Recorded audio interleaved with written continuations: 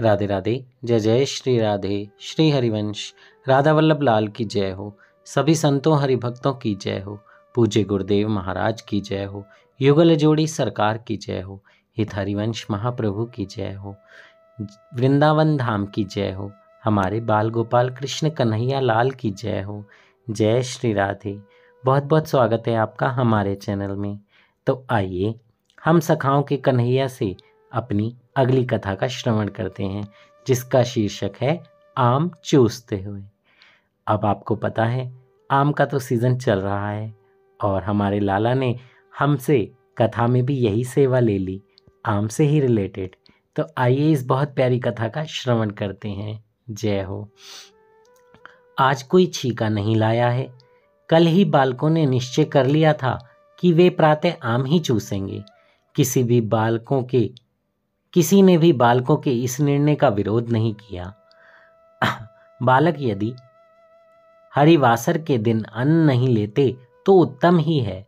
वैसे भी इस पावस के प्रारंभ में वन स्पुक आम फलों से परिपूर्ण है। आम पोषक हैं और सुस्वादु तो हैं ही। जय हो, जय हो। शायद इस दुनिया में कोई विरला ही होगा जिसे आम ना पसंद हो। आम के सीज़न में जब आम आते हैं तो फटाफट से लोग सबसे पहले खाने के लिए आम खरीदते हैं। और हम सबसे पहले क्या करते हैं? अपने ठाकुर जी को, अपने सखा को, अपने मित्र कन्हैया को, अपने लाला को आम खिलाते हैं। और आम मीठे मीठे छाँट छाँट के लाते हैं। और फिर दशहरी मिल जाए तो कहना ही क्या। जय हो, जय हो। यहाँ पर सभी सखा भी यही कर रहे हैं। वन में आकर आज बालकों ने श्रृंगार करने की चिंता ही नहीं की। किसी ने भी गुंजा, किसले, पुष्प एकत्र करने की ओर ध्यान ही नहीं दिया। सब आम्रफल एकत्र करने में लग गए। जय हो। रात्रि में वृक्षों पर से टपके फल शीतल होते हैं। रात्रि की वर्षा ने उन्हें भली प्रकार शीतल कर दिया है। बालकों ने अपने अपने पटकों में ही फल एकत्र करने प्रारंभ किए। कोई नहीं सोचता वह इतने फल क्यों एकत्र कर रहा है। केवल मधुमंगल फल एकत्र नहीं करता, वह ब्राह्मण है। दूसरों के संग्रह उपार्जन के उपभोग का प्रथम अधिकार मानता है अपना। नहीं तो दाऊ दादा ने भी फल एकत्र किए और कन्हाई तो वृक्षों के नीचे दौड़ता फिरा। अपने पीठ पट में छोटी सी गठरी फलों की उधर से सटाए अनेक बार लाया और निश्चित स्थान पर एकत्र ढेरी में डालकर फिर दौड़ गया। जय हो, जय हो, जय हो। इस लाइन को बार बार श्रवण कीजिए और अपने मन में देखिए, आंखें बंद करके देखिए कि कैसे छोटा सा कन्हैया वृक्षों के बीच में दौड़ रहा है।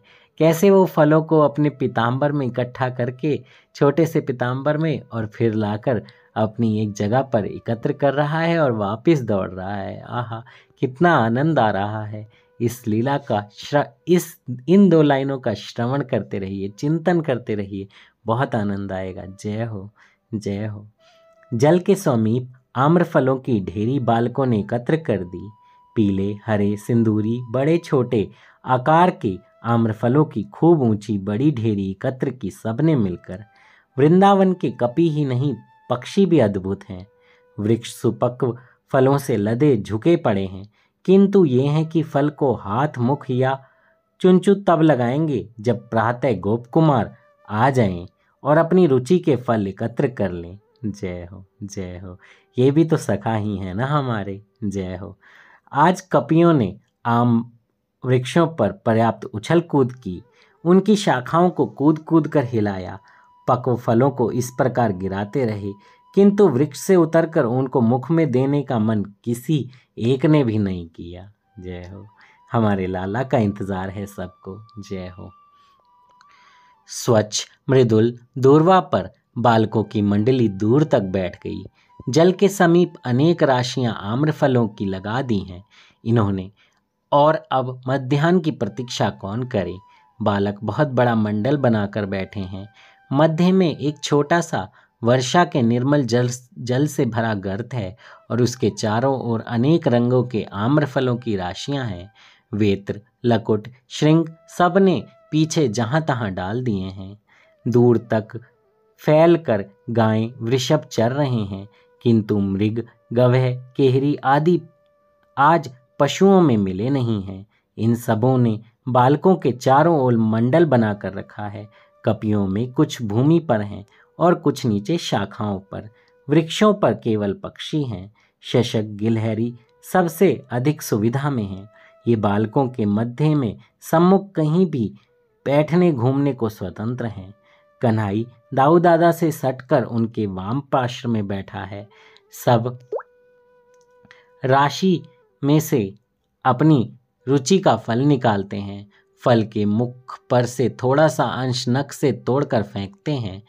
फल के रस को रक्षित करने वाला यह प्रकृति निर्मित ढक्कन तो हटाना ही चाहिए। जय हो। ये सब हम करते हैं।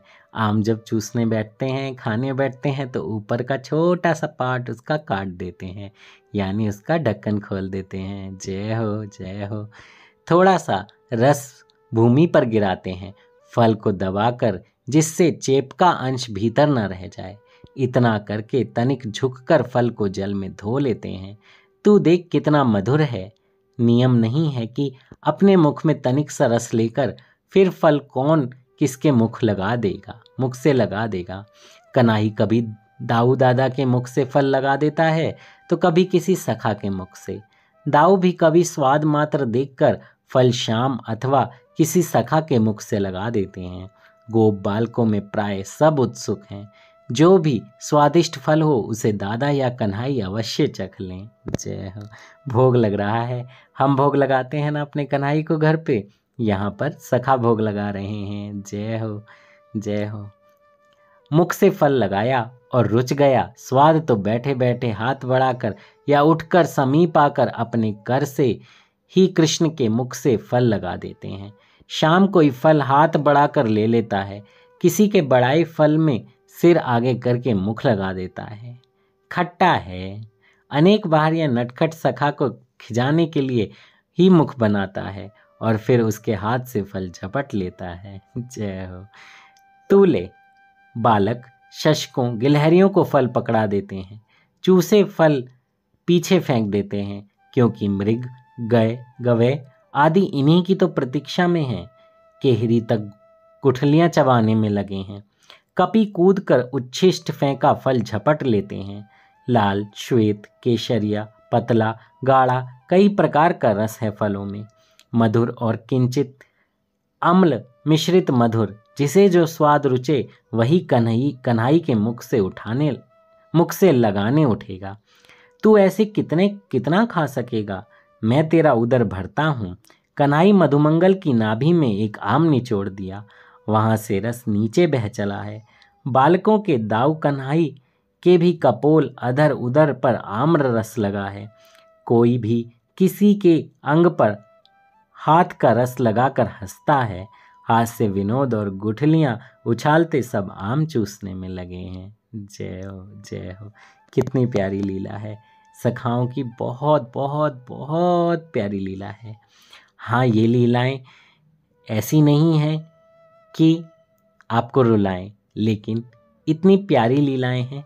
प्रेम के आंसू नहीं देंगी, लेकिन प्रेम का एक सुकून देंगी, प्रेम का एक भाव देंगी, एक बचपना याद दिला देंगी कि हम भी ऐसे ही थे कन्हई जैसे, हम भी ऐसे ही हैं अब भी हमारे अंदर कहीं ना कहीं वो बचपना है। हम इन लीलाओं को श्रवण करके बस आंखें बंद करके ये सोचें कि ओहो कान्हा कितने सुंदर लग रहे होंगे, कान्हा क्या कर रहे हैं। वो अपने हाथ से सखा को आम खिला रहे हैं, किसी के आम को वो चूस रहे हैं, स्वाद ले रहे हैं, और जब वो अपना उच्छिष्ट फेंकते हैं तो कैसे उनके सखा जो पक्षी और पशु बनकर पीछे खड़े हैं वो फटाफट उनकी झूठन को लपक लेते हैं, क्योंकि उनके लिए तो वही प्रसादी है। जय हो जय हो।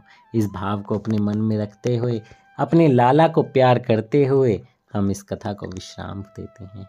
जय श्री राधे श्री हरिवंश। मुझसे कहने में कोई त्रुटि हो गई हो तो क्षमा कर दीजिएगा। राधा वल्लभ लाल की जय हो। कृष्ण कन्हैया लाल की जय हो। जय श्री राधे।